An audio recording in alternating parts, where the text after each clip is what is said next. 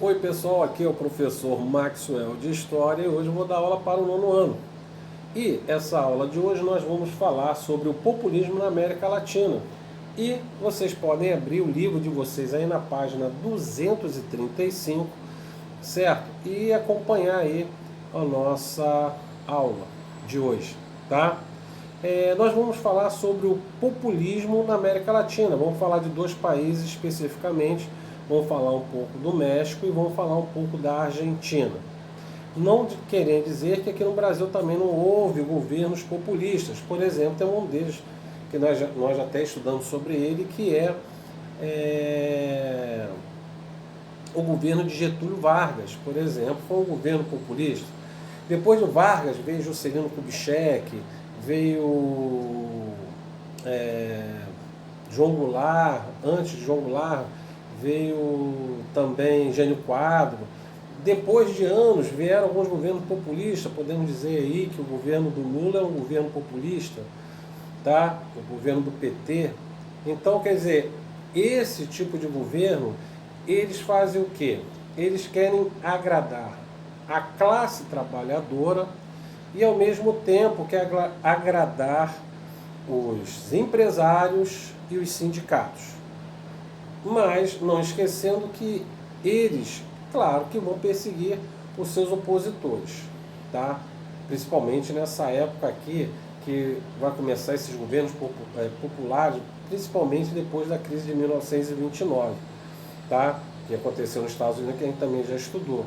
E aí vai aparecer esses governos, tá? Que vão ajudar, né? Vão dar aqueles direitos trabalhistas na qual os trabalhadores não tinham, vão dar força aos sindicatos, mas claro que sendo controlado, e vai também controlar a classe empresarial. E nessa jogada toda aí, ele fica como centro do poder.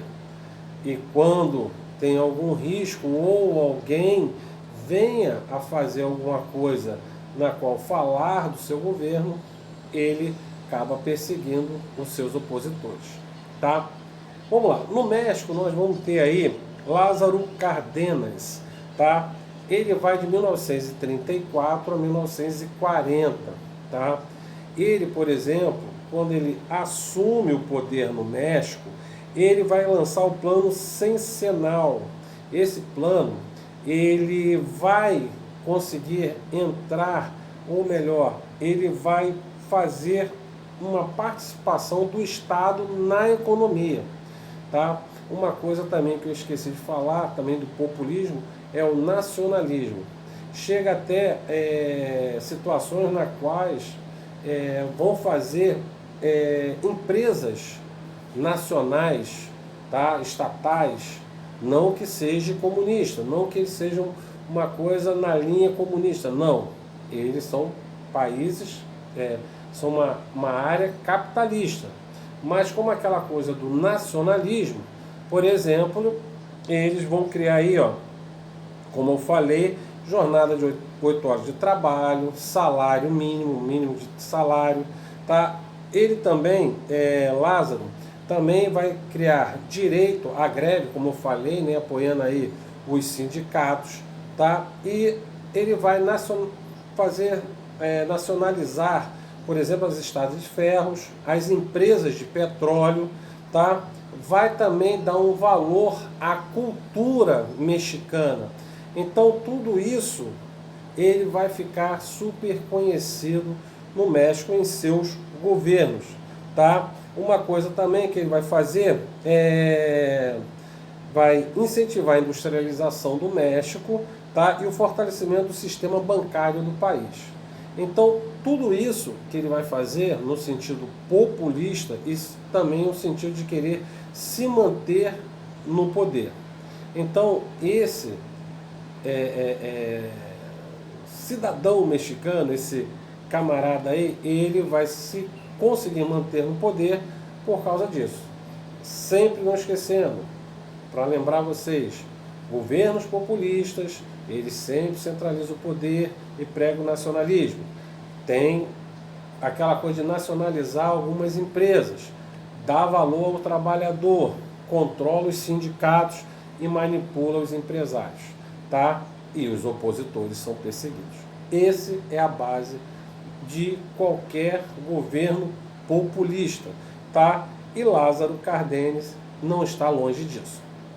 Vamos falar de outro camarada chamado Juan Domingos Perón, tá? É o peronismo que vai se espalhar pela Argentina. Ele vai de 46 a 55, tá? E depois ele retorna, né, ao seu governo, e vai de 73 a 74, quando ele vem a falecer, tá? E também tem uma história muito romântica no meio disso, que é a esposa dele, que se chama Eva Perón, tá? Tanto é que Eva Perón, ela, que era esposa dele, era uma mulher muito populista, ela era muito conhecida em toda a Argentina, ela fazia programas de caridades, então o povo argentino amava, tá, Eva Perón. Tanto Evita, né? Não chores por mim, Argentina, é Eva Perón, tá? Mas ela vai, infelizmente, falecer muito cedo de câncer.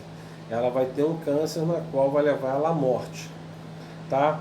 Eu estou contando um pouquinho da parte da vida pessoal aí de Juan Domingos Perón. Depois a gente vai falar um pouquinho dos que ele fez pela Argentina. Então o que vai acontecer? Domingos Perón, tá? Juan Domingos Perón, ele, quando perde a sua esposa, né, perde para o câncer, ela vai ser mumificada, o seu corpo vai ser mumificado e exposto. Quando, por exemplo, ele cai do poder, ele sai do poder em 1955, e em 1974, quando os militares assumem, né, o poder na Argentina, somem com o corpo dela, tá? O corpo dela desaparece. E o pessoal não sabe. Anos depois, já na década de 90, as pessoas começam, ainda mais depois que foi em 1983 que vai cair o poder na Argentina, quando os militares caem. E quando os militares caem, o pessoal começa a perguntar: cadê o corpo de Eva Perón? Tá? Até que eles souberam que o corpo dela foi mandado para a Itália e lá foi enterrado lá no cemitério, numa cidade italiana. Quando manda o coveiro abrir, né, lá a cova da Eva Perón, mas ela não foi enterrada com o nome dela, botaram outro nome. Quando abriram o caixão, que o corpo dela estava perfeito, o coveiro jogou a pá, se ajoelhou e chamou: ela é uma santa. Mas claro que o coveiro não sabia que o corpo dela tinha sido mumificado.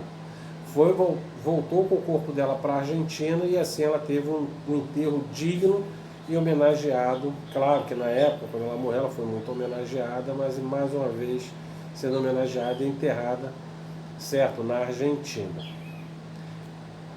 Juan Domingos Perón, como eu falei aí, ele, por exemplo, antes de entrar como presidente, ele foi ministro do Trabalho, ministro da Guerra, vice-presidente dos governos anteriores ao dele, tá? Ele chegou até a ser preso por causa dessas ideias populistas, mas a população gostava tanto dele que fez uma campanha e ele acabou sendo liberto e eleito presidente.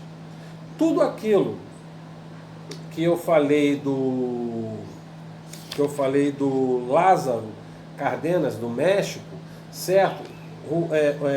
Perón vai fazer na Argentina. A única diferença é que ele não vai estatizar, né, nacionalizar as empresas de petróleo. O restante, o que ele pôde nacionalizar, ele fez, tá?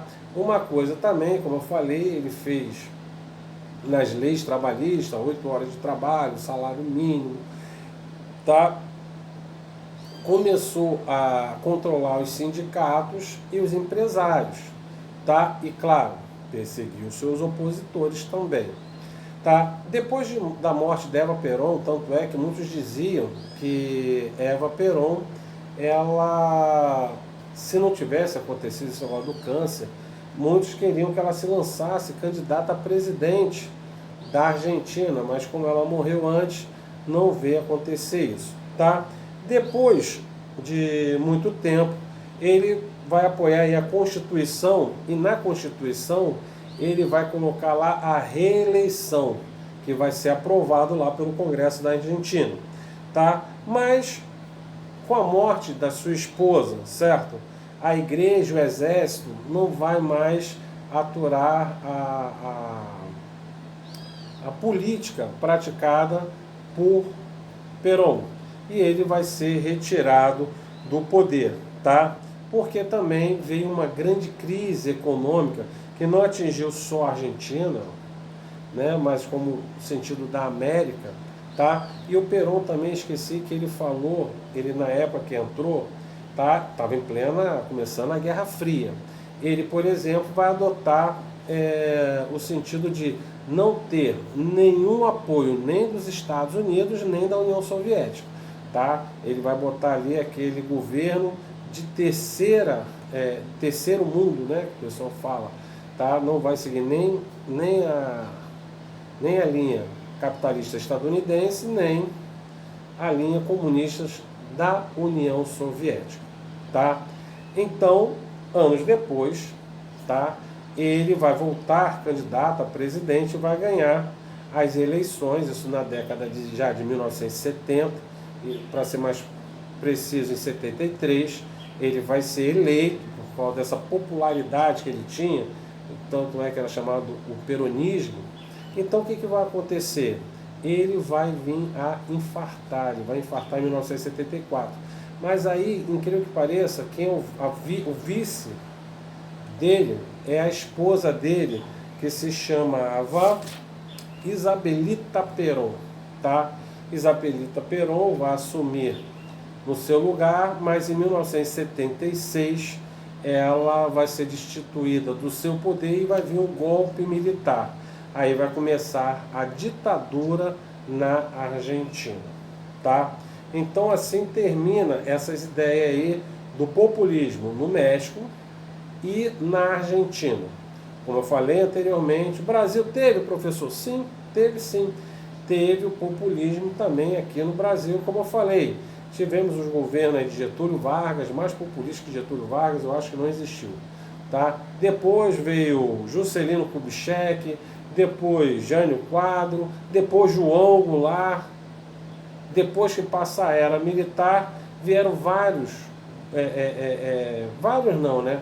Um dos governos mais populistas atuais que nós tivemos, a diferença é a perseguição no sentido dos seus opositores, tá? Porque naquela época o pessoal mandava matar mesmo. Hoje em dia, não vou falar que sim nem que não, quem sou eu que falar isso, tá? Mas não existia essa perseguição radical. Existe sim, no sentido de você fazer uma crítica, você agora, a tal das fake news, você conseguir derrubar um aliado seu. Às vezes tem uns contando mentira aí na internet. Então, antes de ter esses fake news aí, entramos aí com o governo do Lula, tá? Que ele fez o quê? Várias coisas no sentido populista, tá? Criou projetos como Minha Casa Minha Vida, o PAC e outras coisas. Isso aí já é outra história que a gente vai contar mais lá na frente, não vai ser agora o momento não. Mas não esquecendo que nesse momento que está tudo acontecendo, está em plena Guerra Fria, tá? O golpe na Argentina, tá, vai ser apoiado, por exemplo, nos Estados Unidos, tá? Isso vai acontecer também no México. Então, é a plena Guerra Fria que está vivendo o planeta. O planeta é aquela coisa, são dois lados, e um deles os países vão ter que escolher. E aqui da América Latina, só vai ter um país na qual vai se tornar comunista, que vai ser o caso de Cuba. Mas isso também já é uma outra história que a gente vai contar mais lá na frente. quando a gente for falar das ditaduras e os governos militares aqui na América Latina, inclusive aqui no Brasil também, tá bom? Pessoal, eu gostaria agora que vocês pegassem o livro de vocês, tá? Fizessem as páginas 238, 39, 40 e 41, tá? Então, façam aí essas páginas, que a gente depois lá no Zoom nós vamos corrigir e debater. Gente, vamos participar mais do Zoom, acho que vai muito poucos alunos. Vocês são muito espertos, e quando os alunos participam da aula, incrível que pareça, ela fica dinâmica, fica mais gostosa da gente debater e aprender um pouco mais, tá? Então, pessoal, eu fico por aqui. Daqui a pouco a gente se vê no Zoom. Um abraço e até a próxima videoaula. Tchau!